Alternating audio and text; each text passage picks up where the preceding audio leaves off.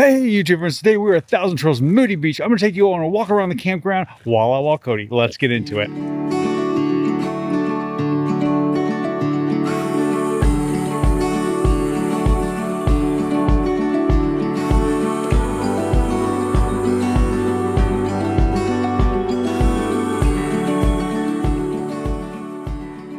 As always, if you like this content, please hit the like and subscribe button, turn on notifications, and drop us a line in the comments. 1,000 Trails loves Maine. With multiple Maine locations, Maine is your playground as a 1,000 Trails member. If the shortest video I've done on a 1,000 Trails campground is Mount Desert Narrows in Bar Harbor, the second shortest is probably going to be this campground. Because this is not a amenity, feature-rich campground like some of the other campgrounds I've visited like Hershey or Williamsburg. This is a location-based campground with beautiful weather and close to many tourist destinations that you might want to go to. When you first arrive at Moody Beach, you drive down this lovely tree-lined street, and it sort of sets the mood for the campground, right? It kind of tells you what you're getting at the beginning. It is this wonderful tree-lined street, and it's sort of the whole amplitude of the campground. Let me show you. And off of here to the side is each row of campers. It is not prime season, so there's a lot of empty spaces right now, but each row has the either pull-throughs, back ends, and side sites. As you walk down the main lane, you approach the heart and the soul of the campground, the camp store, the camp check-in, the camp office, as well as the pool, laundry room, recreation room, and playground. The recreation room is closed right now, so I can't show you that, but I will show you kind of the main hub of the campground. So this is your main hub of the campground, where the lounge, the recreation room, the pool, the camp store, and the playground are located. There are other areas in the campground, and the premium sites are up front, so they're not exactly right here. But the premium sites are large, 50 amp hookup with clear sky views for Starlink. Even though I personally like the trees, you'll also note that you see some cabins lining the way over here. Unfortunately, the campground is closed for the season, so I can't really show you that much. However, the pool does look lovely, and I imagine on a nice summer hot day, it is a lovely area to hang out. A little dated like a lot of parks, but still rather pretty. Let me show you the pool through the fence. This is the pool area. A rather lovely pool. There's also a hot tub over there and quite a bit of space around it where you could have lounge chairs, and it's clear that they have tables and umbrellas normally, but an absolutely lovely area.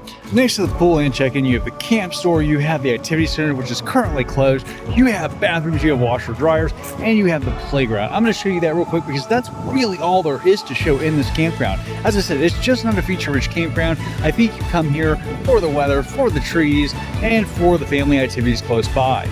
So there's their sort of banquet hall, reception hall as they call it, or recreation hall, sorry. It is next to the playground. There's a couple of playgrounds through the park, small, but I definitely saw some kids playing on it earlier.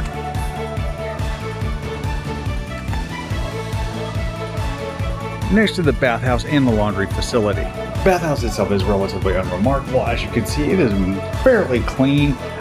Not the cleanest I've been into actually, but not bad at all.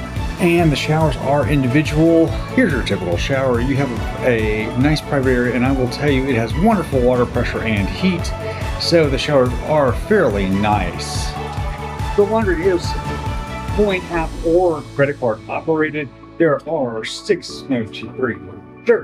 washers, 6 dryers, all fairly nice, all fairly easy.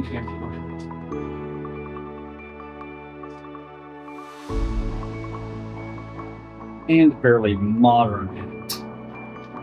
The campground itself is very, very basic. It has a lot of seasonal and annual sites. That means in terms of amenities, there's simply not a lot to show you. The campground is really lovely in terms of being nice and wooded and quite beautiful. The sites are kind of interesting. I'm going to show you some. So let's go on a walk down one of the rows that has some RVs in it so you can see the sites. But first, this is from the back row. This kind of shows you just how lovely and tree-lined this campground is. You can also see from the fact that there's a build-out over here that I'm about to show you that there are a lot of annual sites here. In fact, I talked to a man this morning, and he estimated that many of the sites are annual, and lots of people that have been coming here for years. He himself has been coming here for like over a decade. I want to give you a feel for the site size because there are some nice and larger sites. I think of many of those larger sites that are pulled through are annuals. As I said, there's a lot of annuals here, but these trailers are large trailers and they kind of give you a feel for what the larger pull-through sites are like. So that is one of the pull-through sites. As you can tell, the trailer is taking up the vast majority of it, but that's a fairly large trailer. Next to it is one of a smaller trailer. That person, I believe, is an annual, but you can tell they've kind of expanded and they've got a smaller trailer next to it. And then they have these interesting side sites over here on the opposite side. Which I'm going to show you because you effectively face your neighbor that way. That, again, is an annual. I actually met that person. The sites are fairly close to each other. So in addition to your typical pull-through sites and back-end sites, they have some side sites here. And I don't know if that's the correct term, but I'm going to show you a row of them because this is what I'm parked in. They're obviously for smaller rigs, and it kind of creates an interesting layout, for lack of a better term. I don't know if I love it or hate it. I can't decide.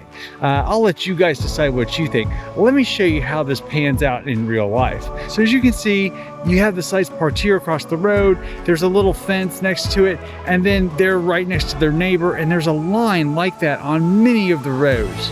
Do you love it? Do you hate it? Drop a line in the comments. Let me know what you think. I'd love to hear your opinion after seeing it. Would I come back to Thousand Trails Moody Beach in Maine? Absolutely. It is a popular park. It sells out a lot during the summer and it's hard to get into during the summer months, probably because of the great weather and its convenient proximity to many family activities. I've enjoyed my time here. I've only been here a few days, but the relaxation I had in the park, the quietness at night, the stillness, the stars, all of that just made this a lovely park to stay at. I actually really like the fact that it feels like you're in a forest. I understand feeling interferes with Starlink. Trust me, I have Starlink and it's annoying, but by the same token, I do camp in park to get away. If there's any negatives with parks, it's the simple lack of amenities. But I think there's so many things to do around the area that you don't really need them necessarily.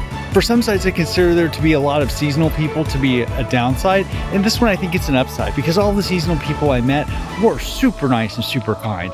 As always, if you've enjoyed this content, please hit the like and subscribe button, turn on notifications, and drop us a line in the comments. Thanks for watching. Take care.